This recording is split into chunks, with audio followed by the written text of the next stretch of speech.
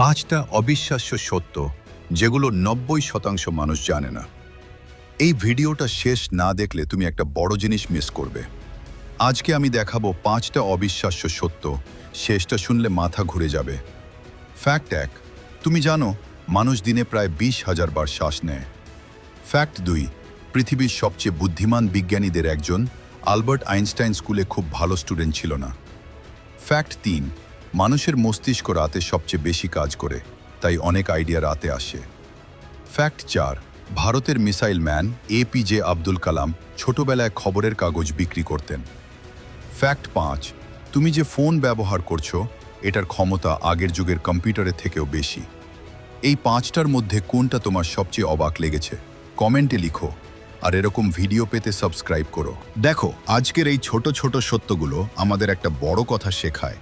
জীবনে সফল হতে গেলে জন্ম নয়, পরিস্থিতি নয়, সবচেয়ে বড় হলো তোমার চেষ্টা।